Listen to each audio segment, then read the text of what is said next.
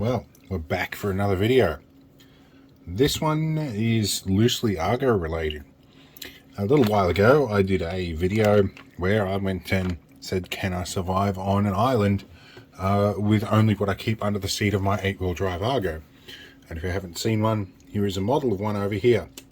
It's an amphibious 8-wheel drive ATV. They can be fitted with tracks, as my mate Rocco keeps reminding me, but I don't have them. In any case, during this trip I basically lived off 2 litres of water, and I had to get a little creative in that, well, I did bring about an extra 5 or 6 litres of water as an emergency backup. I tried not to use that as to simulate as best as possible if I'd been inadvertently stuck. And it occurred to me that I was surrounded by water in a river, but most of it is actually pretty silty and murky. And so I thought, what would it take for me to actually drink this?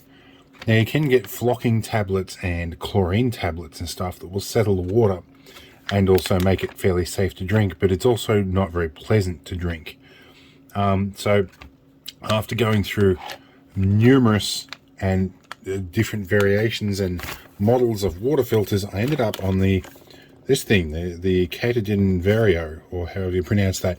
I purchased this one. It's not a sponsorship, but it seemed to be the best price I found was from these guys here. I ended up getting them.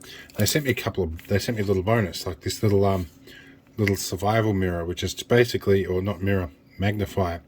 It's basically a little Fresnel lens, but I can tell you now, my first experience with setting fire to things from the sun was with a big A4 size one of these as a kid. I bought a couple of survival whistles as well, and found out that these things actually have a flint on the side and a little striker that hides in the top. So these actually will be very nice to add to the kit.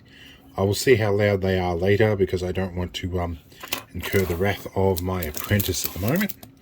She'll come looking if I whistle. Anyway, they give you with this a kit of O-rings, lubricant, and these Brillo pads, which there is a ceramic filter in the top of this that you can clean. These are adjustable, and yet I haven't actually dismantled this to find out how. I haven't even taken this sticker off it yet. But you can rotate them somehow to go from longer life and faster flow. Basically what it does is it bypasses the ceramic filter element in the top when you select faster flow. From the feel of this, it's got a good big swing on the handle, which is nice. And this is Swiss made, which feels very good. You've got this little rubber pad in here, which is just diverts the flow to a right angle. You can screw this onto wide mouth bottles, of which I have none. I might see what the wife has. But you can attach the silicone outlet hose, which they keep in a nice little hygienic pouch to avoid cross-contamination with the intake hose. And you've got a little clip here on this, so you can clip that into a standard soft drink bottle. I'll try that later. I carry soft drink bottles pretty well everywhere, not soft drink bottles, but water bottles, disposable ones everywhere, for a number of reasons, for measurement and various other things. They give you an intake filter, which is a 2-stage thing. You've got big particles and little particles. I will probably add some cloth to this at some point too. No idea what this is. It's a spare for something.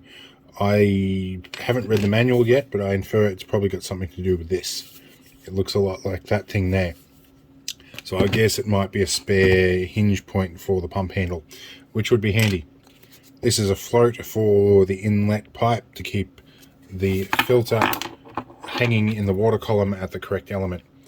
And this is some nice injection molded plastic. It's very, very slippery, and I've got clean hand sanitized hands. So I'm going to go through this multilingual instruction manual, figure out what the deal with this is, and then I'll show you guys what I've learned from the manual.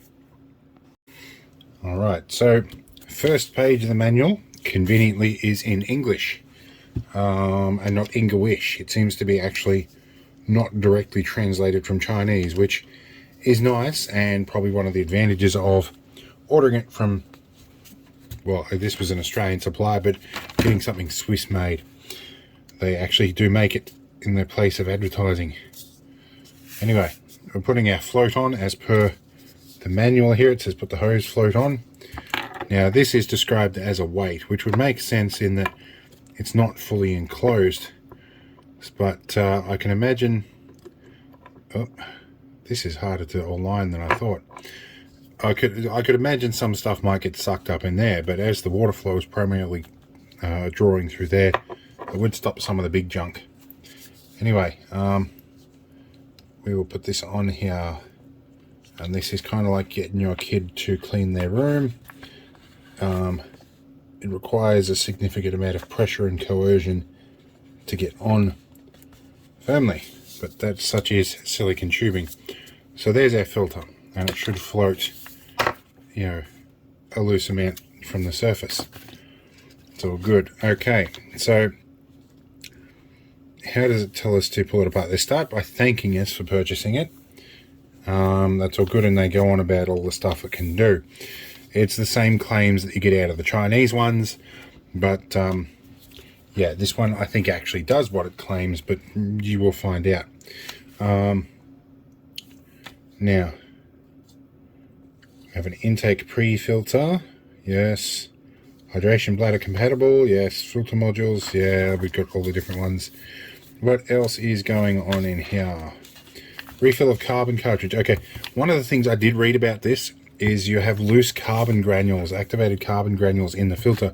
You can tip it out and put fresh ones in there, which I thought was very nice. It sort of helps extend the life of the cartridge.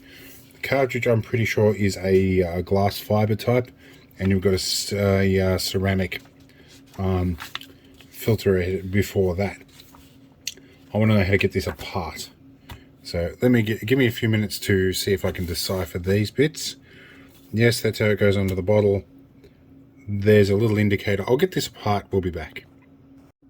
Okay, so there was just a little bit stuck because I think brand new. I rotate this by about probably 30 degrees. There is our ceramic filter for all to see sitting on the top. If I wriggle this gently, it pops out. So here is our glass fiber filter, and somewhere underneath that is the carbon granules. You can hear them rattling around in there. I don't want to open that and wake that up right now. But yeah, apparently this, when it gets dirty, you can use that Brillo pad and scrub it, and it takes a little bit of the ceramic layer off. These are replaceable.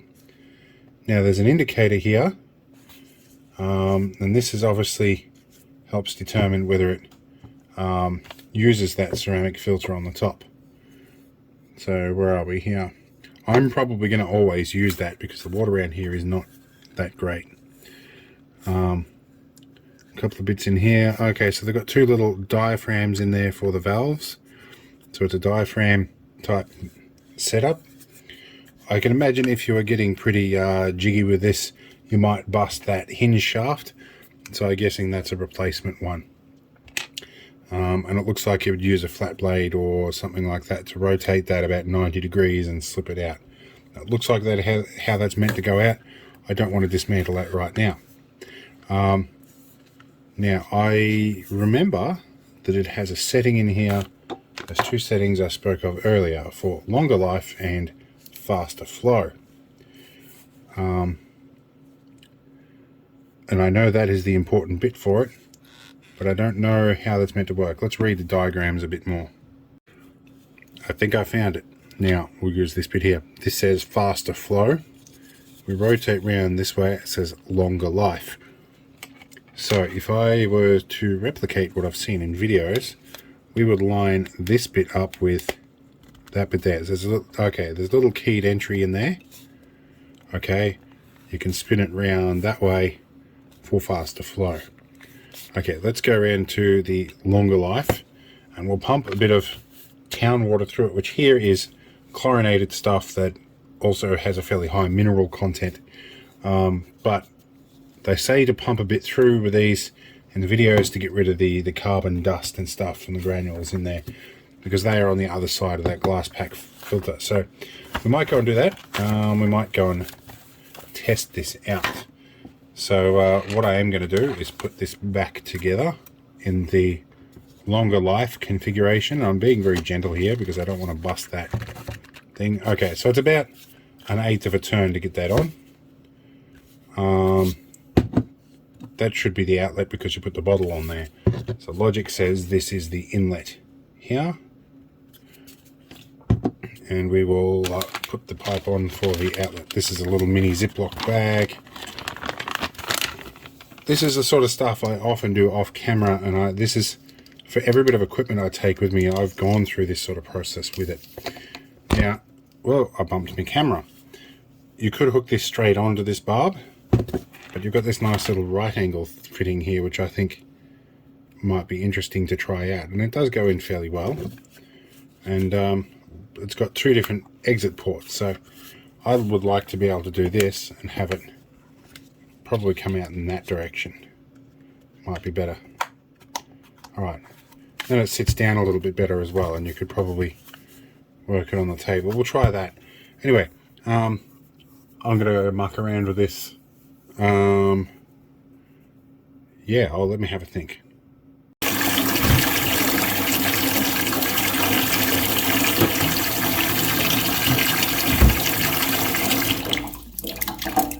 Alright, so now you see us in our less than glamorous kitchen, and probably just enough water to submerge that inlet. That looks a bit better. I'm going to set it down like this. I just want to see what sort of carbon stuff comes out of this to start with. Okay, that diaphragm pumpers are good at lifting. Alright. Oh, yep. There we go. There's a bit of that carbon stuff in there. So yeah, you definitely want to do this before you go out in the field. So yeah, that's definitely like carbon dust and stuff in there. Alright,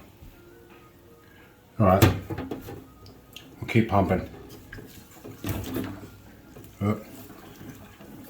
You know, we're going to cycle it through in the same source. See how well the filter actually works. It's not too hard to work. It's not a lot of hard work, so that's nice. And there's actually, it's working pretty well. What we'll do, we'll drain the water. Actually no, we'll leave the water there. We will grab another glass. Now that we've pumped a bit through, let's see what it looks like. I need that little spring to hold it in here. Let's see if I can juggle this. Yeah, you would definitely need that clip. Okay, let's find that clip. Now, these are the disposable water bottles I use a lot. They're the Coolbridge ones, and they're McDonald's issue. We're trying to order less McDonald's these days, but when we do, instead of ordering soft drink, we get bottled water now. It's somewhat healthier for us. That's how that's meant to work. It just clips on under the rim there. I'm going to try this one. Standing it up to start with could be a problem, but put a bit of water in there and tip it up. This is actually working at a fairly decent rate. I tell you, on a hot day you wouldn't want to do this too much, but you don't really have to with this by the looks of things. That looks pretty damn good. I'll try the taste. It takes the town water taste out, I'll tell you that much. That's bloody good. Alright, now we've got to arrange a field test. I'm not sure when that will be. But this is just a quick look at the new gadget. It could be a couple of weeks. The weather's a bit hot and I'm a bit run down, but next time I go out in the Argo, I'm going to try and use this to filter some river water. We'll see how we go. Because if I get stuck, I can pretty much drive into the water where it's clearest, throw this overboard over the side, and then pump a bit of water on board while I'm floating down the river. Be really nice. Anyway, I'll give you more impressions when we actually test it in the field. Now, just an additional little thing I thought I wanted to point out here. I show you the double action pump. When one cylinder here goes down, the other comes up. So that cylinder has come up, that cylinder has gone down. So it's a double action pump, which makes it quite an efficient setup. And I think that's how they achieve some of the high flow. So I quite appreciate how they've done this, and also the transparency in this. You could very rapidly tell if something was wrong with one of these. So yes, I do appreciate the engineering in this, and it feels very quite robust and very well made. And just to give you an idea of the flow rate, I have just filled a 600ml bottle while we've been talking. So anyway, we'll see you in the next video. Hopefully it will include this guy as well.